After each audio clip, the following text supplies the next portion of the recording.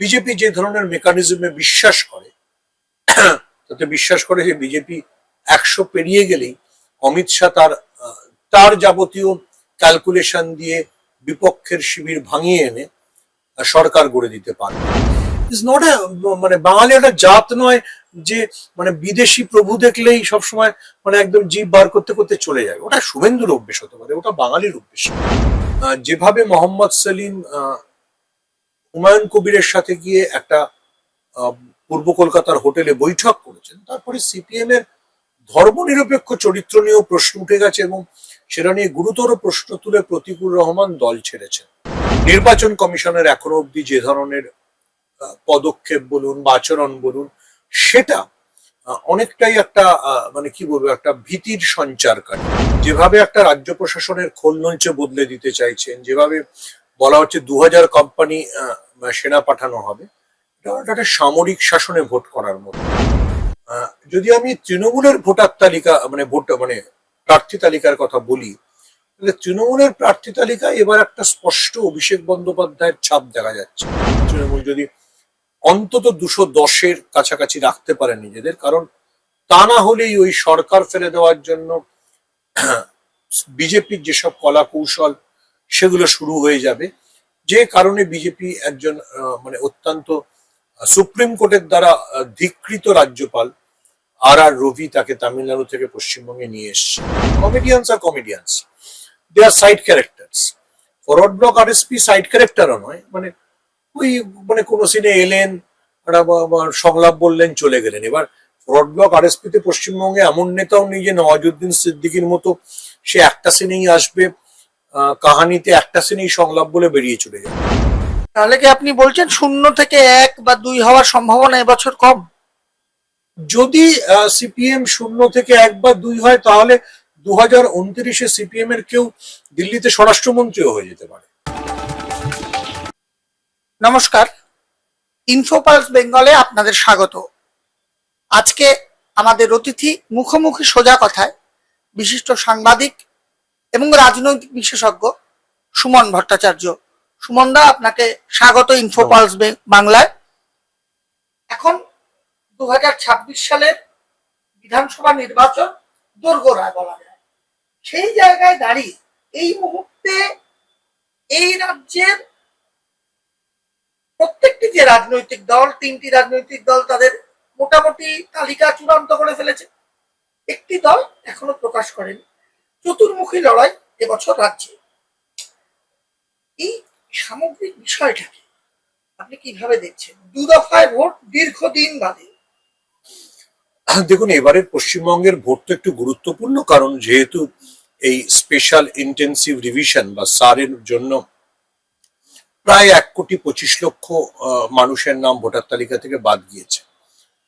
যদি এই 60 লক্ষের মধ্যে যে 61 লক্ষের নাম ঝুলে আছে, যদি তার মধ্যে ম্যাপড ভোটার যারা যদি 48 লক্ষও ফেরেন, তাহলেও আমাদের ধরে নিতে হবে যে প্রায় ধরে নিন 70 লক্ষ মতো মানুষের নাম ভোটার তালিকার বাইরে চলে গেল।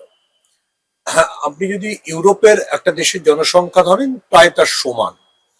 এই যে আমরা পশ্চিম এশিয়ার যুদ্ধ নিয়ে এত কথা বলছি, কাতারের জনসংখ্যা 32 লক্ষ, কুয়েতের জনসংখ্যা 52 লক্ষ, মানে মোটামুটি ধরে নেওয়া যাক তার বেশি সংখ্যক মানুষ ভোটার তালিকার বাইরে চলে যাচ্ছেন। ফলে নিজের ফাইন্যান্সিয়াল বিজনেস শুরু করতে চান?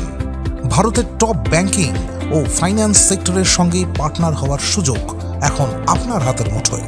লো refundable investment, high profit, wide product range, সাথে full end to end support. সময় কিন্তু সীমিত। এখনই যোগাযোগ করুন 7003571225-এ। লিমিটেড অফার, আজই অ্যাপ্লাই করুন। Start your own financial business today. গোটা ভোটটা একটা অন্য মাত্রা পেয়ে গিয়েছে। সেই পরিপ্রেক্ষিতে যতটা ভোটের জন্য নির্বাচন কমিশনের এখনো অব্দি যে ধরনের পদক্ষেপ বলুন বা আচরণ বলুন, সেটা অনেকটাই একটা মানে কি বলবো, একটা ভীতির সঞ্চারকারী। দেখুন, আধা নিরাপত্তা বাহিনীর ঘেরাটোপে ভোট হবে বা কিছু অফিসারকে বদলি করা হবে, সেটা স্বাভাবিক। কিন্তু যেভাবে একটা রাজ্য প্রশাসনের খোলনলচে বদলে দিতে চাইছেন, যেভাবে বলা হচ্ছে 2000 কোম্পানি সেনা পাঠানো হবে, এটা একটা সামরিক শাসনে ভোট করার মতো। ফলে বাঙালির জন্য এটা একটা বড় অগ্নি পরীক্ষা বা টেস্ট। যেভাবেই দেখুন, বাঙালি কিভাবে সেটাকে হ্যান্ডেল করবে সেটা একটা প্রশ্ন। আর তিনটে দলের মধ্যে যেহেতু একটা দল, মানে বিজেপি সম্পর্কে এই অভিযোগটা উঠছে যে বিজেপি নির্বাচন কমিশনকে প্রভাবিত করেছে বা সারের জন্য বিজেপি মূলত দায়ী, ফলে বিজেপি এক ধরনের রাজনীতি করবার চেষ্টা করবে।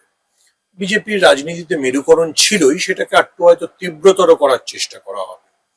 অন্যদিকে শাসক তৃণমূলের কাছে এটা হচ্ছে 15 বছরের যে তাদের শাসন, তার যে অ্যান্টি ইনকামবেন্সি মানে প্রতিষ্ঠান বিরোধিতা, সেগুলোকে অতিক্রম করে ফেরার লড়াই।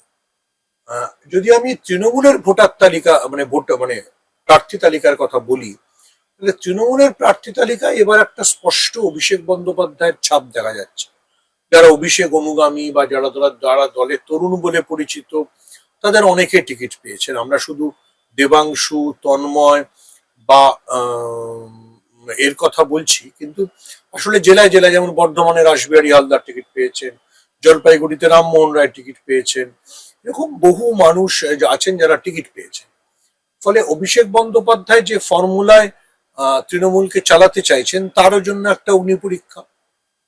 দেখুন, এখনো অব্দি সিপিএম এর যা পরিস্থিতি, কংগ্রেসেরও যা পরিস্থিতি, কংগ্রেস আপনি যেটা বললেন মানে প্রার্থী তালিকা প্রকাশ করেনি, কংগ্রেসের লড়াই বা কংগ্রেসের যাবতীয় যা রাজনৈতিক কর্মকাণ্ড, যদিও হয়তো তারা 294টা কেন্দ্রেই প্রার্থী দেবে, কিন্তু কংগ্রেসের রাজনীতি সীমাবদ্ধ থাকবে মূলত সংখ্যালঘু অধ্যুষিত 3টে জেলায়, মুর্শিদাবাদ, মালদা এবং উত্তর Dinajpur.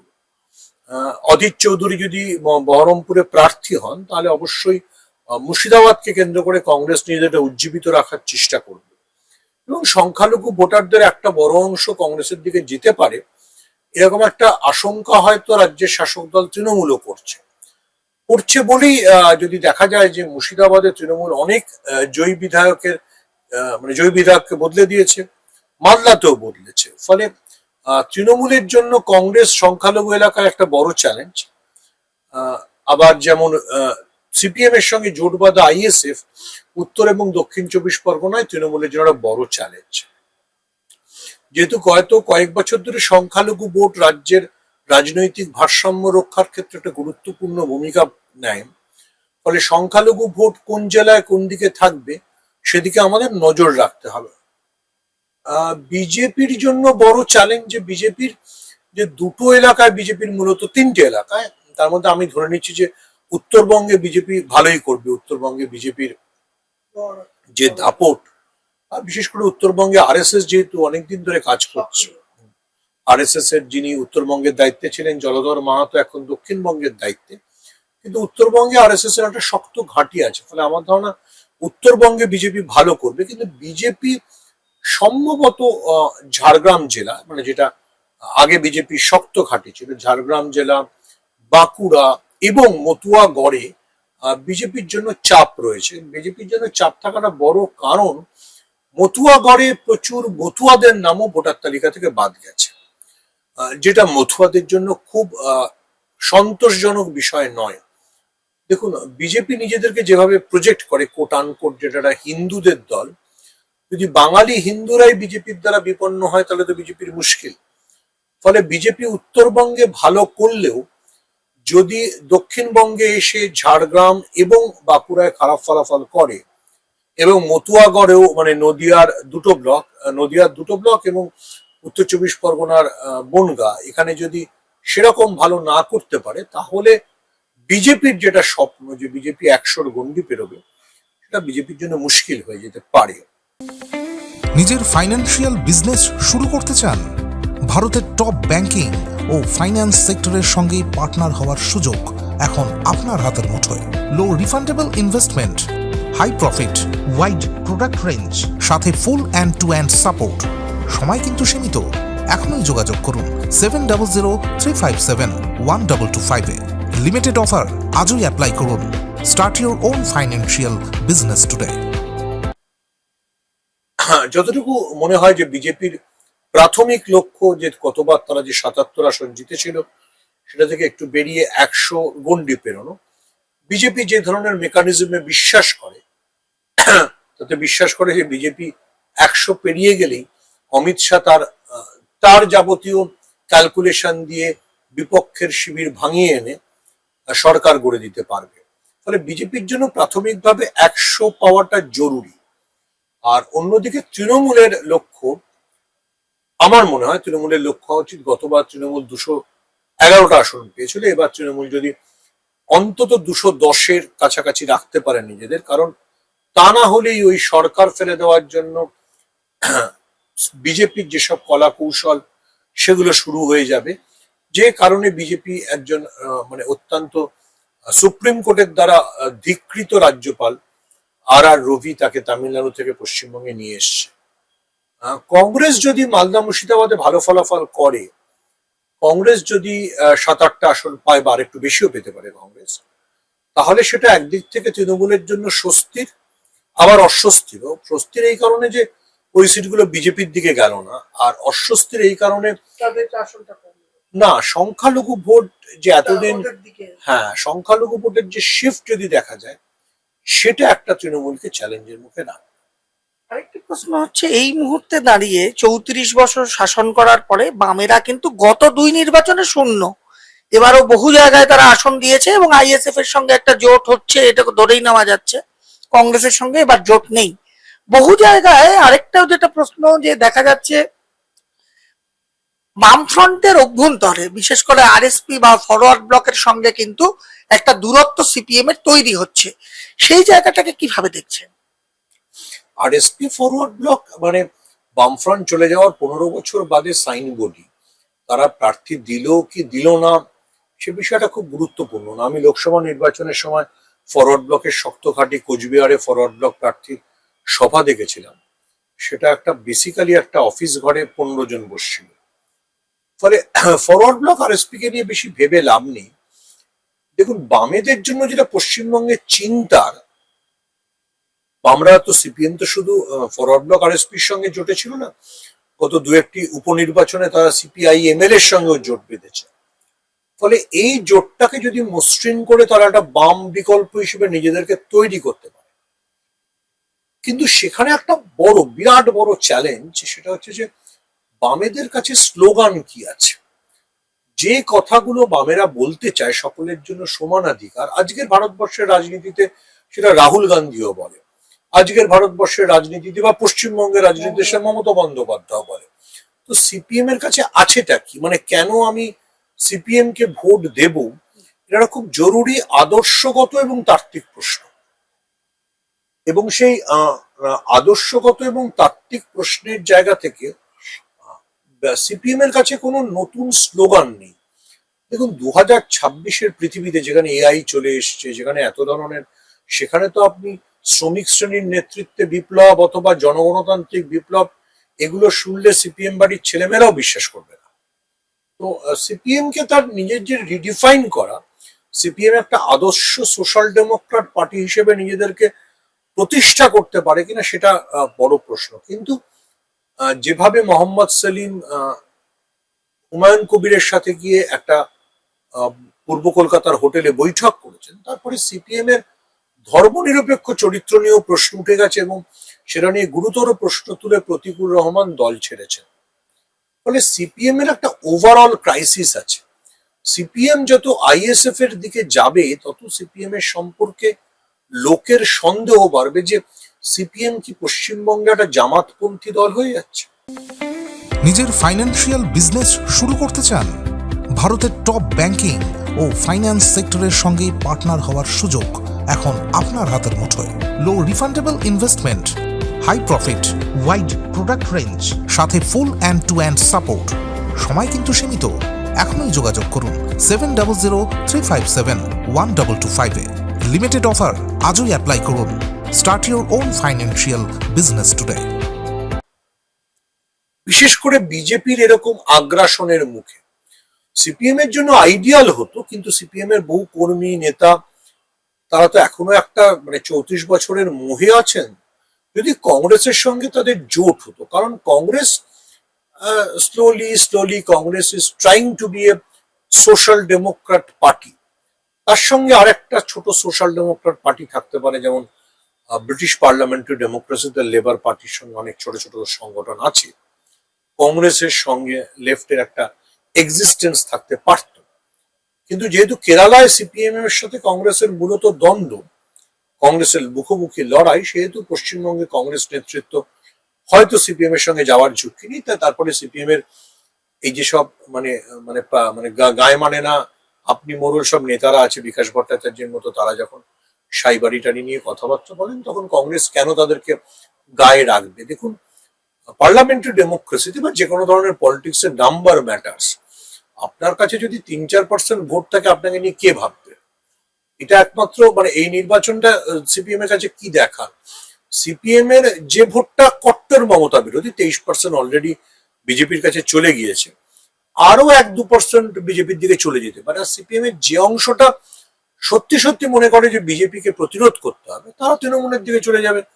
It's a very natural. দেখুন, একটা তো মানে আমরা যারা পোলারাইজড পৃথিবীতে বাস করছি, সেই পোলারাইজড পৃথিবীতে আপনি যদি প্রতিদিন নিজের অবস্থান ঠিক না করেন, তাহলে সবচেয়ে পপুলার পলিটিশিয়ানকেও চাপে পড়ে যেতে হয়। তো সেই পৃথিবীতে সিপিএম জানে না সিপিএম কার পক্ষে আছে, ফলে সিপিএম এর সেই সংকটটার মধ্যে দিয়ে সিপিএম যাবে। ফরওয়ার্ড ব্লক আর এসপির কথা আলোচনা করে লাভ নেই, দে আর নন এক্সিস্টেন্ট। আপনি কোনো সিনেমায় কি মানে সিনেমায় কেন, ব্যক্তিগত জীবনেও মানে ব্যক্তিগত রাজনৈতিক জীবনেও কাঞ্চন মল্লিক কি রোল পেলেন সেটা নিয়ে আলোচনা করেন। Comedians R comedians, they are side characters. Forward block R SP side ক্যারেক্টারও নয়, মানে ওই মানে কোনো সিনে এলেন, সংলাপ বললেন, চলে গেলেন। এবার ফরওয়ার্ড ব্লক আর এসপিতে পশ্চিমবঙ্গে এমন নেতাও নেই যে নওয়াজুদ্দিন সিদ্দিকীর মতো সে একটা সিনেই আসবে, কাহানিতে একটা সিনেই সংলাপ বলে বেরিয়ে চলে যাবে। দে আর নন এক্সিস্টেন্ট। মানে যদি ফরওয়ার্ড মানে আরএসপির নেতারা আরো উৎসাহী হবেন তৃণমূলে যেতে, কারণ ক্ষিতি গোস্বামীর মেয়ে নিজে তৃণমূলে গিয়ে প্রথমে কাউন্সিলর হয়েছেন, এবার বিধানসভায় প্রার্থী হয়ে গেছেন। ফলে ফরওয়ার্ড ব্লক আরএসপি কে নিয়ে বিষয় না, মানে দে আর কমপ্লিটলি নন এক্সিস্টেন্ট। চিরকালই তারা বামেদের লেজুর ছিল, মানে সিপিএম এর লেজুর ছিল। তারপর আস্তে আস্তে রাজনৈতিক স্লোগান মানে দর্শনের অভাব সবেদের। আমি আবারও বলছি যে আজকের গোটা পৃথিবীতেই মানে আপনার অতি দক্ষিণপন্থী রাজনীতির যেরকম উত্থান, এবং সেই রাজনীতির কোথাও যেরকম রিপ্রেজেন্ট করেন ডোনাল্ড ট্রাম্প, তিনি ভারতবর্ষে রিপ্রেজেন্ট করেন নরেন্দ্র মোদী, তার যে উত্থান, তার যে বলবোলাও, তার পাশে তার সামনে আপনাকে পক্ষ নিতে হবে। আপনি যদি সেই পক্ষ না নিতে পারেন, তাহলে আপনি রাজনীতিতে অপ্রাসঙ্গিক হয়ে যাবেন। ঠিকই কথা যে ইরানের যে কট্টরপন্থী শাসন, সেই শাসন সেখানকার সাধারণ মানুষ, সেখানকার মহিলাদের খুবই নিষ্পেষণ করত, খুবই একটা রেজিমেন্টেড মানে অটোক্রেটিক শাসন। কিন্তু যদি আপনি আমেরিকার ইরানের বিরুদ্ধে, আমেরিকা এবং ইসরায়েলের ইরানের বিরুদ্ধে হামলার বিরুদ্ধে মুখ না খুলতে পারেন, তাহলে আপনি ওই নরেন্দ্র মোদী জয়শঙ্করের মতো পরে ফোন করে আমাদের তেল বোঝাই ট্যাঙ্কার ছেড়ে দিয়ে, আমাদের গ্যাস বোঝাই জাহাজ ছেড়ে দিয়ে টাইপের আপনাকে আর্তনাদ করতে হবে। You have to take position. মানে if you don't take position, then even if you are a champion of the so-called left politics, you will be in question. নিজের ফাইন্যান্সিয়াল বিজনেস শুরু করতে চান? ভারতের টপ ব্যাংকিং ও finance সেক্টরের সঙ্গে partner হওয়ার সুযোগ এখন আপনার হাতের মুঠোয়। Low refundable investment, high profit, wide product range, সাথে full end to end support. সময় কিন্তু সীমিত। এখনই যোগাযোগ করুন 7003571225 এ। লিমিটেড অফার, আজই অ্যাপ্লাই করুন। Start your own financial business today. Look at Zohran Mamdani. মাত্র কয়েক মাস আগে যিনি নিউ ইয়র্কের মতো শহরে মেয়র হলেন, অত একটা জনপ্রিয়তা নিয়ে এলেন, এই প্যালেস্টাইন ইসরায়েলের প্রশ্নে তার দোদুল্যমানতা তাকে তার সমর্থকদের কাছে মানে প্রশ্ন চিহ্নের মুখে ফেলে দিয়েছে। সো যিনি ট্রাম্পকে চ্যালেঞ্জ করে ডেমোক্র্যাট দলের নতুন মুখ হয়ে উঠছিলেন, সেই জোহরাম মামদানি যদি তার নিজের শহরে মুসলমানদের বিক্ষোভের মুখে পড়ে যান, তাহলে আলিমুদ্দিন স্ট্রিটের কি হবে? আলিমুদ্দিন স্ট্রিটকে না কৃষকরা বিশ্বাস করে, না শ্রমিকরা বিশ্বাস করে, না কোনো মানুষই বিশ্বাস করে, সংখ্যালঘুরাও বিশ্বাস করে না। আলিমুদ্দিন যত বেশি করে আইএসএফ এর দিকে যাবে, তত লোকে মনে করবে যে আলিমুদ্দিন বেসিক্যালি বিজেপির ডিলটাই করছে, বামরা রাম হচ্ছে। ফলে they have to take a clear position যে আমরা একটা বিজেপি বিরোধী ফ্রন্টে যোগ দেব। সেই ফ্রন্টের নেতৃত্বে কংগ্রেস থাকতে পারে, সেই ফ্রন্টের নেতৃত্বে ইভেন তৃণমূলও থাকতে পারে, কিন্তু আলিমুদ্দিন স্ট্রিটের কোনো পৃথক অস্তিত্ব নেই। মানে সোশ্যাল মিডিয়ায় বিপ্লব আর বিদেশে বসে কিছু উচ্চিংড়ের লাফালাফি ছাড়া বাম বলতে যেটা আছে বেসিক্যালি হতাশ, কি বলবো, মানে মানসিকতার দিক থেকে খুব দীন একদল মানুষ। You have to completely redefine, মানে দে মাস্ট আন্ডারস্ট্যান্ড, তাদের শেখা উচিত যে জোহরাম মামদানি ক্রাইসিস হয়ে গেল, তো আলিমুদ্দিন স্ট্রিটের ভালো গাড়ি, ভালো দামি পোশাক পরা মানুষদের দিকে লোকে কেন তাকাবে? তাহলে কি আপনি বলছেন 0 থেকে 1 বা 2 হওয়ার সম্ভাবনা এবছর কম? যদি সিপিএম 0 থেকে 1 বা 2 হয়, তাহলে 2029-এ সিপিএম এর কেউ দিল্লিতে স্বরাষ্ট্রমন্ত্রীও হয়ে যেতে পারে, যদি এতটা ভালো পারফর্ম করে। মানে এতটা ভালো পারফর্ম আমার মনে হয় না আলিমুদ্দিন স্ট্রিটেরও কেউ প্রত্যাশা করছে। এটা হলে চীন থেকেও ডেকে পাঠাতে পারে, আমি জানি না চীন থেকে ডেকে পাঠাবে কিনা। আই ডোন্ট ফিল যে সিপিএম পশ্চিমবঙ্গে কোনো সিটে জিততে পারে। 2021 সালে নন্দীগ্রাম, সেখানে প্রার্থী হয়েছিলেন মমতা বন্দ্যোপাধ্যায়। এবার 2026 সালে ভবানীপুরে প্রার্থী বিজেপির বিরোধী দলনেতা শুভেন্দু অধিকারী। লড়াইটা কি কঠিন হবে মমতা ব্যানার্জির পক্ষে? দেখুন, যে কোনো নির্বাচনই সবসময় কঠিন, কিন্তু ভবানীপুর বা দক্ষিণ কলকাতা মমতা বন্দ্যোপাধ্যায়ের দুর্গ। 1991-এর লোকসভা নির্বাচনে বোধহয় মমতা বন্দ্যোপাধ্যায় প্রথম দক্ষিণ কলকাতায় কংগ্রেসের প্রার্থী হন এবং জেতেন। তারপর থেকে কোনদিন দক্ষিণ কলকাতা মমতা বন্দ্যোপাধ্যায়ের হাতছাড়া হয়। এবার শুভেন্দুরও একটু ওই ডোনাল্ড ট্রাম্পের মতো অভ্যেস, সারাক্ষণ যেগুলো বলে চলেন সেগুলো বাস্তব হয় না। ডোনাল্ড ট্রাম্প যেমন বলছেন আমি ইরানকে শেষ করে দিয়েছি, তারপরে ইরানের মিসাইল গিয়ে ইসরায়েলে আছড়ে পড়লো। মানে লোককে তো আপনি যা বলবেন তা তো দেখতে হবে না। শুভেন্দু মানে সবে শীতকাল গেছে, শুভেন্দুর একটা সমস্যা হচ্ছে শীতকালে মূলো টুলো খেলে খুব মাথা গরম হয়, তখন অনেক ধরনের মানে বায়বীয় অর্ধ বায়বীয় চিন্তা ভাবনা হয়। শুভেন্দু সে ধরনের চিন্তার মধ্যে আছেন হয়তো, কিন্তু শুভেন্দু যদি মানে নরেন্দ্র মোদী জয়শঙ্কর, নরেন্দ্র মোদী তো ধরুন ভারতবর্ষে আমি পছন্দ করি না পছন্দ করি সবচেয়ে পপুলার লিডার, সবচেয়ে ভোট ক্যাচার লিডার। তার বেচারি ফাদারল্যান্ড থেকে ফেরার পরে মাদারল্যান্ডে মোটামুটি লেজে গোবরে অবস্থা হয়ে গেছে। মাদারল্যান্ডে সবাই তাকে জিজ্ঞেস করছে যে তুই যে ফাদারল্যান্ডে গেছিলি বাবা, ফাদারল্যান্ডে ইসরায়েলের সাথে কি কথা বলে এলি যে গ্যাসের দাম বেড়ে গেল, গ্যাস পাওয়া যাচ্ছে না। তো নরেন্দ্র মোদী সামলাতে পারছেন না, শুভেন্দু অধিকারী মানে মাঝে মাঝেই শুভেন্দু অধিকারীকে দেখলে আমার পলিটিক্স, শুভেন্দু অধিকারী এমনি কিন্তু খুব দৃষ্টিনন্দন, সঞ্জয় লীলা বনসালী সিনেমার মতো। পেছনের অনেক লোক গেরুয়া পরে যাচ্ছে, বিধানসভায় সবাই মিলে কালো পোশাক পরে গঙ্গার জল। মানে আপনি প্রথমে বুঝতে পারবেন না যে সঞ্জয় লীলা বনসালীর সিনেমা সেট না বিজেপির রাজনীতি। তো হ্যাঁ, এটা সত্যি কথা যে ওনার দলে অনেক মানে রং বেরঙের রাজনীতির লোকরা এসছে, এবং যাদের জীবনেও সঞ্জয় লীলা বনসালীর মতো, দেবদাসের মতো অনেক ঘটনা ঘটে, পারো চন্দ্রমুখী অনেক আছে, তারা প্রার্থীও হয়, আমি সেসব বিষয়ে ঢুকছি না। তো বিজেপির এই সঞ্জয় লীলা বনসালী সিনড্রোম কাটিয়ে উঠে যদি বিজেপি সিরিয়াস পলিটিক্স করতে পারে, তাহলে আমার মনে হয় বিজেপির জন্য 100 পেরোনো একটা চান্স থাকে। আর তা না হলে বিজেপি অভিষেক বন্দ্যোপাধ্যায় যা বলেছেন 77-এর নিচে চলে যাবেন। সেটার জন্য কি এসআইআর কিছুটা দায়ী? বাঙালি না একটা খুব মানে কঠিন জাতি, সেটা দেশভাগের আগেও ছিল, দেশভাগের পরেও ছিল। ব্রিটিশরা বাঙালিকে দমন করতে পারেনি। শুভেন্দুরা জানা উচিত ছিল, শুভেন্দু যে জেলা থেকে এসেছেন সেই মেদিনীপুরে 3 জন ব্রিটিশ জেলা শাসককে পরপর বিপ্লবীরা উড়িয়ে দিয়েছিলেন, শুভেন্দুর জেলার বিপ্লবীরা। তো বাঙালির উপর আপনি যত দমন নীতি নামাবেন, যত কিছু করবেন, তত বাঙালি প্রত্যাঘাত করবে। বাঙালির চরিত্র মানে শুভেন্দু ইতিহাস কম পড়ছেন, বিজেপি সবাই ইতিহাস কম পড়ে, বিজেপি মানে বুঝতে পারে না, সেটা রাস্কিন বন্ড বলে ভাবে জেমস বন্ডের ছোট ভাই, এবং ভাবি সেটা সমস্যা নয়, কিন্তু যদি পড়তো তাহলে জানতো যে শশাঙ্ক মানে তখন কিন্তু সবাই হিন্দুরাই ছিল, শশাঙ্ক মোটামুটি হর্ষবর্ধন এমনিতে দান করতে করতে ওনার শেষ মানে পরনের শেষ পোশাকটাও খুলে দিয়েছিল, কিন্তু শশাঙ্কর যুদ্ধেও হর্ষবর্ধনের পরনের শেষ পোশাকটা খুলে গেছিল। হর্ষবর্ধনের ভাই নিহত হয়েছিল রাজ্যবর্ধন। তো শশাঙ্কর সময় থেকে বাঙালি জাতি হিসেবে ভেরি ডিফিকাল্ট, মানে উত্তর এবং মধ্য ভারতের কোনো আমাদের আনুগত্য স্বীকার করেনি, শশাঙ্ক করেননি, বিজেপি জানে না, সুভাষ বোস করেনি, বিধান রায় করেনি, জ্যোতি বসুরা সবসময় সিপিএম এর বিরুদ্ধে, সিপিএম এর স্লোগানই ছিল দিল্লির চক্রান্তের বিরুদ্ধে রুখছিল। ফলে বাঙালি ইজ নট মানে বাঙালি একটা জাত নয় যে মানে বিদেশি প্রভু দেখলেই সবসময় মানে একদম জিভ বার করতে করতে চলে যায়। ওটা শুভেন্দুর অভ্যেস হতে পারে, ওটা বাঙালির অভ্যেস না। নিজের ফাইন্যান্সিয়াল বিজনেস শুরু করতে চান? ভারতের টপ ব্যাংকিং ও ফাইন্যান্স সেক্টরের সঙ্গে পার্টনার হওয়ার সুযোগ এখন আপনার হাতের মুঠোয়। Low refundable investment, high profit, wide product range, সাথে full end to end support. সময় কিন্তু সীমিত। এখনই যোগাযোগ করুন 7003571225 এ। লিমিটেড অফার, আজই অ্যাপ্লাই করুন। Start your own financial business today.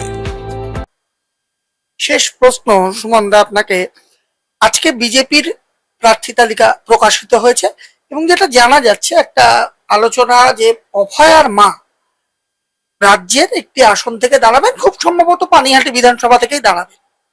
যে ঘটনা নিয়ে গত 2-3 বছর আগে একেবারে উত্তাল হয়েছিল শুধু রাজ্য রাজনীতি না, ভারতের রাজনীতি, সেই জায়গায় দাঁড়িয়ে তার মায়ের একটি বিশেষ রাজনৈতিক দলে যোগদান এবং সেই যোগদান ভোটের জন্য এবং তিনি নির্বাচনে লড়বেন, এইটা কি খুব গুরুত্বপূর্ণ হতে পারে বিজেপির পক্ষে? এটা আপনার অভয়া মঞ্চর সব ডাক্তারদের জিজ্ঞেস করা উচিত। তারা যে বলেছিলেন যে আমরা অরাজনৈতিক কাজ করছি, আমরা বিরাট বাম প্রগতিশীল বিপ্লব করছি, সেটা যে ছিল না সেটা অভয়ার মা প্রমাণ করে দিয়ে গেল। কাদম্বিনী মরিয়া প্রমাণ করিল কাদম্বিনী মরে নাই। দেখুন, অভয়ার যে ঘটনা ঘটেছে সেটা অত্যন্ত দুঃখজনক। আমরা সবাই সেটাতে লজ্জিত, দুঃখিত।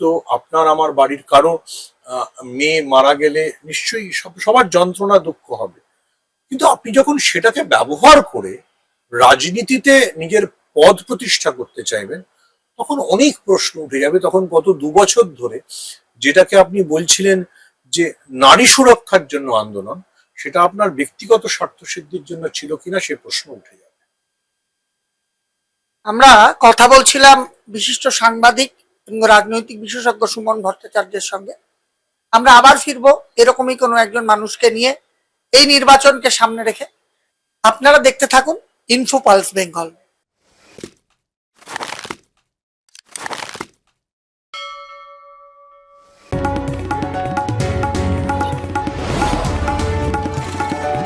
আপনারা দেখছেন ইনফো পালস বেঙ্গল, সত্যের স্পন্দন, বাংলার কণ্ঠ।